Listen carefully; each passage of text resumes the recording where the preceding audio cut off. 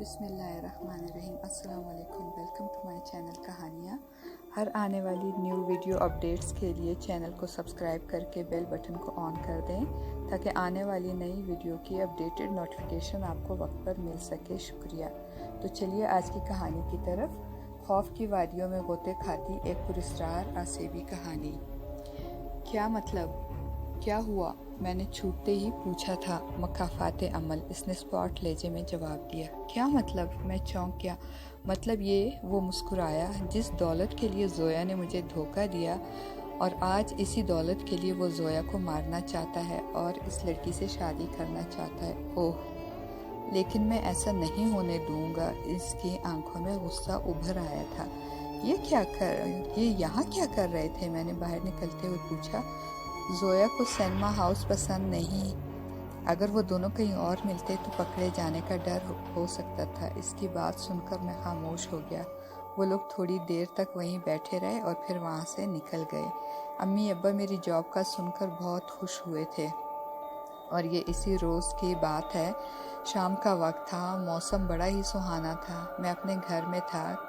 شہزادی کی شادی میں زیادہ دن نہ تھے۔ اچانک مجھے ایسا لگا کہ جیسے کوئی میرے آس پاس ہے۔ پھر میں نے اپنے سامنے نادر شاہ کو ظاہر ہوتے دیکھا۔ وہ اسی لباس میں موجود تھا۔ اس کے چہرے پر چھائی سنجیدگی سے میں چونک گیا تھا۔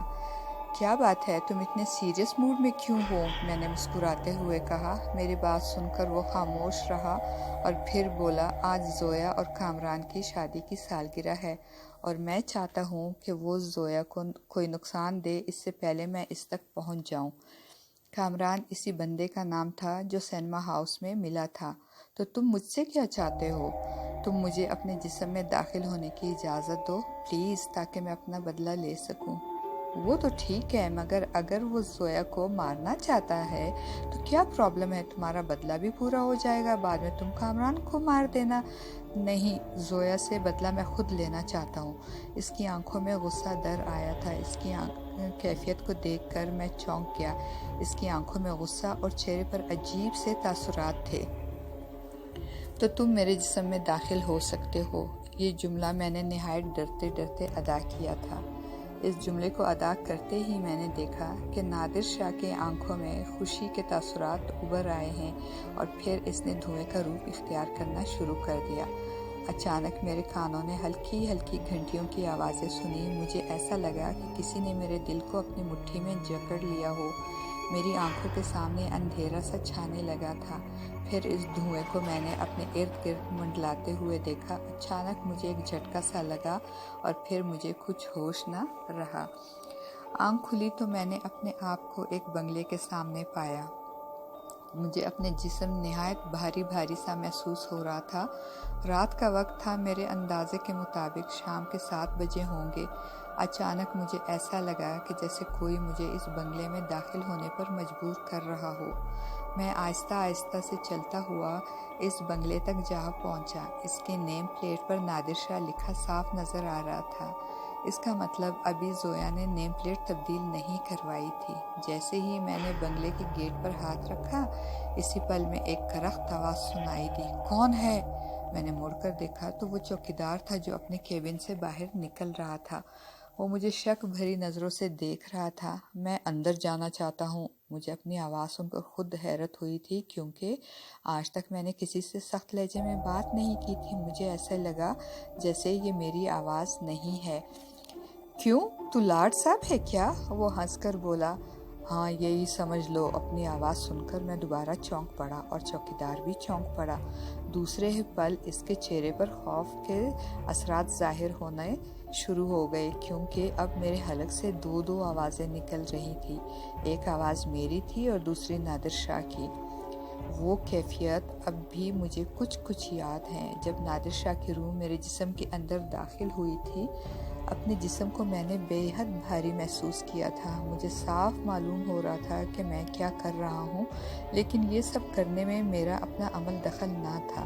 اور اس وقت جب چوکیدار سے میری بات چیت جاری تھی تو میرے اندر نادر شاہ ہی موجود تھا، جس نے میری مدد سے اپنی بے وفا بیوی اور اس کے آشنا سے انتقام لیا تھا۔ चौकीदार ने जब मेरे मुंह से 2 आवाज़ें सुनी तो इस पर कपकपी तारी हो गई और फिर मैंने इसको बेहोश होकर गिरते हुए देखा। चौकीदार ये समझा होगा कि मेरे अंदर कोई भूत है जो एक साथ 2-2 आवाज़ें निकल रही थी। चौकीदार के गिरते ही मैं बंगले के अंदर दाखिल हो गया। मेरा रुख इस सिमत था जिस सिमत नादिर शाह की बेवफा बीवी ज़ोया का कमरा था।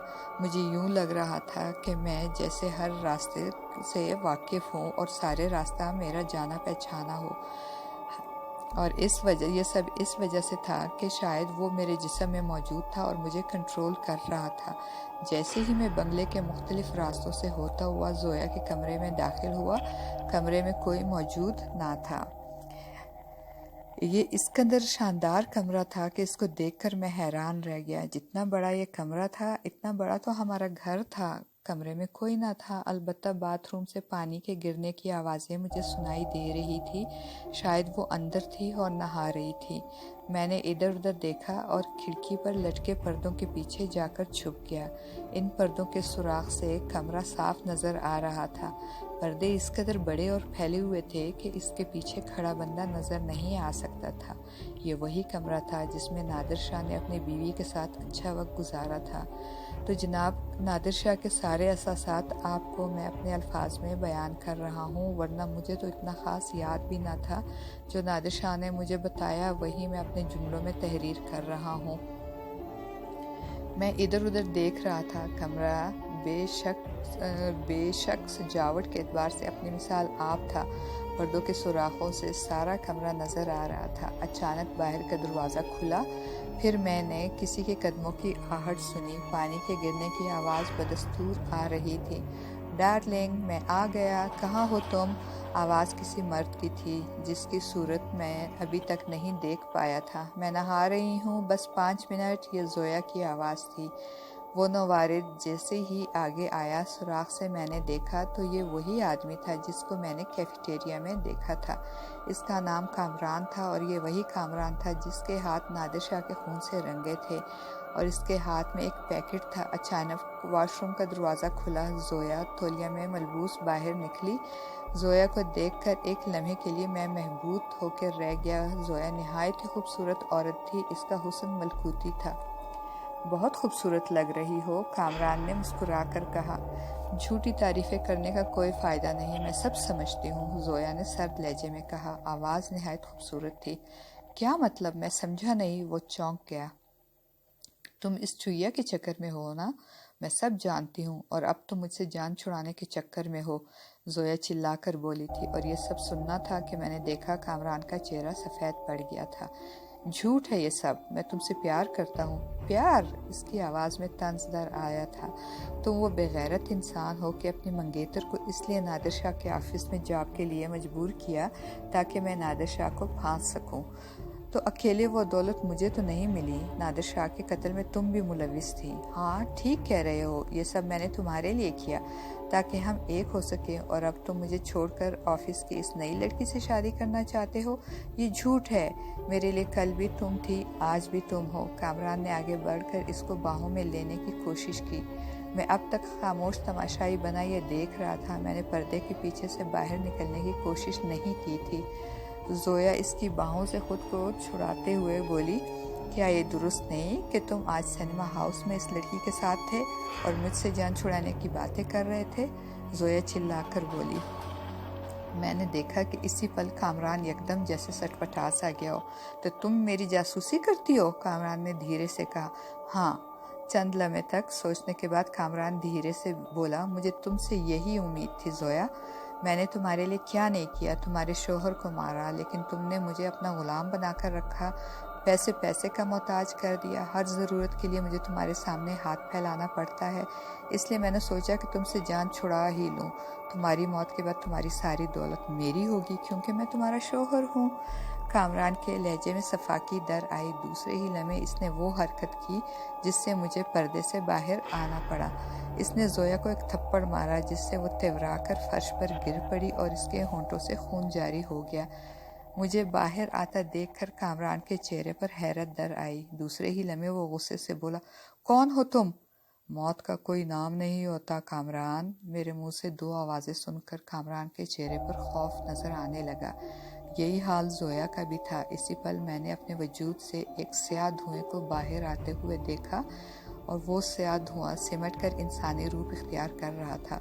वो कोई और नहीं था, नादिर शाह था। नादिर शाह को देखकर दोनों की आंखों में दहशत नज़र आने लगी थी। तुम? दोनों ने यकज़बान होकर कहा। हाँ, मैं तुम्हारी मौत। सुना था औरत तो वफा का पैकर होती है, मगर तुम कैसी औरत हो? अपने मकाम से गिरी तो गिरी और बीवी के रुतबे को भी बदनाम किया। नादिर शाह की आवाज़ में गुस्सा था। मैंने देखा कि जोया का सर शर्म से झुक गया था। इसके चेहरे पर नदामत छलक आई थी। तुमको दौलत की ज़रूरत थी, सब तुम्हारा था, आज भी तुम्हारा है, मुंह से तो कहती। नादिर शाह बोलता ही जा रहा था। इसी लम्हे मैंने देखा कि कामरान ने पीछे सरकना शुरू कर दिया था। वो सुरकता हुआ दरवाजे तक पहुंच चुका था। अचानक जोया के हलक से चीख निकली और वो लहराकर बेड पर गिर गई।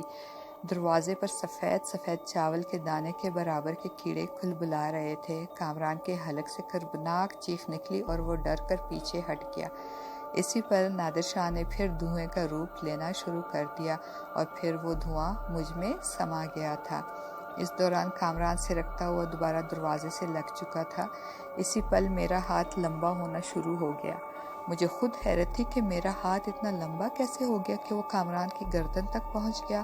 कामरान ने भागने की कोशिश की लेकिन कामयाब ना हो सका। हाथ की गिरफ्त सख्त से सख्त होती जा रही थी।